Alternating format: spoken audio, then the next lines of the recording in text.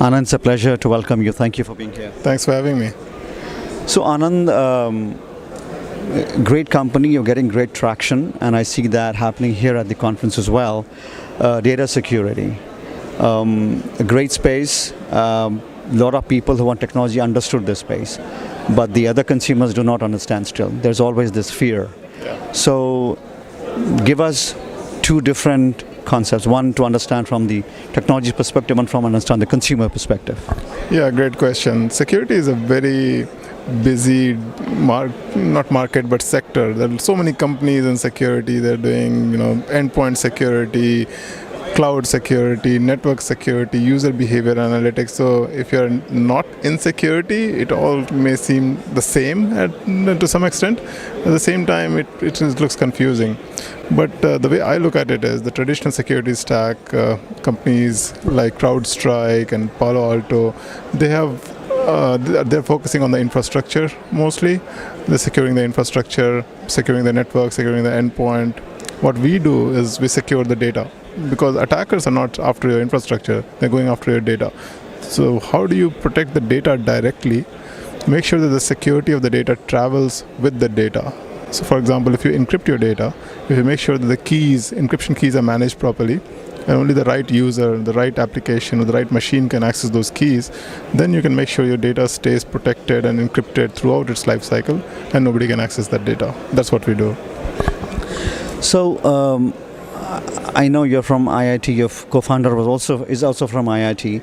I've heard about you when a 3-people company, and I've seen great traction in the last it's been 4 or 5 years, I guess. When you look at market space, where do you see was your USP, so to speak, to gain this kind of traction? I know it's not a hockey stick, but it took some time. But again, for lessons for the other emerging entrepreneurs to understand. Yeah, so we have built a deep technology company.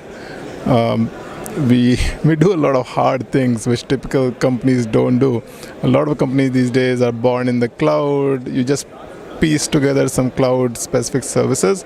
You have a product, you take it to the market, and then you can start seeing some success or not. But what prevents somebody else to also do the same things and go build a similar product and then compete with you? For us, we took the hard route, but while doing that, we also built a moat around ourselves. So we built our product using a very hard technology, confidential computing, understanding from the hardware to the kernel to the application, and controlling all of it and making sure that the product uses all the different stacks of the technology. And then we didn't just go and deploy something in the cloud, which would have been the easy way to do it. We actually built hardware. We built a server.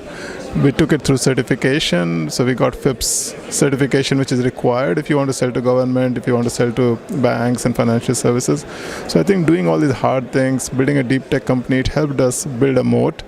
So for people who are out there looking at what to build and what area to go in, I think you should go into area which is hot, things like generative AI, but then you should have a unique angle, a unique way to solve that problem, which gives you that advantage over everybody else. It's either your presentation is much better, so your user experience could be much better, or you could have a technology that you use, it is much better than anything else out there, or it is built in such a way its architecture is much better than everybody else out there. So there has to be something which is 10x better than everybody else out there.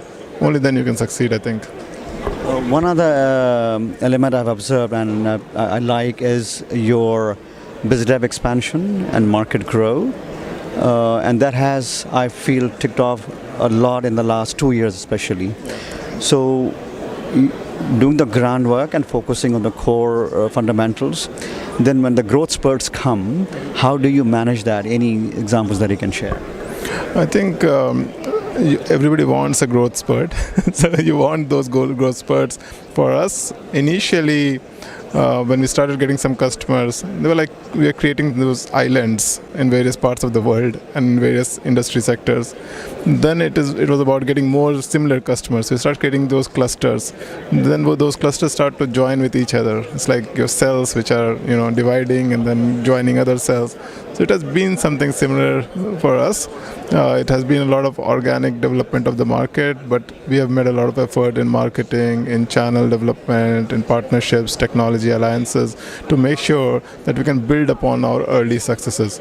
I think you can build upon the early success. Then on the back end, you can start building the patterns for your product and your service in the same way. So it's more predictable. It's not that your usage will just go 10x the next day. So you're prepared. You know what to expect when the next customer comes. So I think it's a concerted effort from the go-to-market strategy and the product strategy. And if all that can come together, then magic can happen. I think if not an early exit, I see a great potential for this company, and I know there are a couple more startups in you. You're not going to end with this one. So I wish you continued success, and thank you for being here. Really appreciate that. Thank you very much. It is great to be here and be among all the IITians here.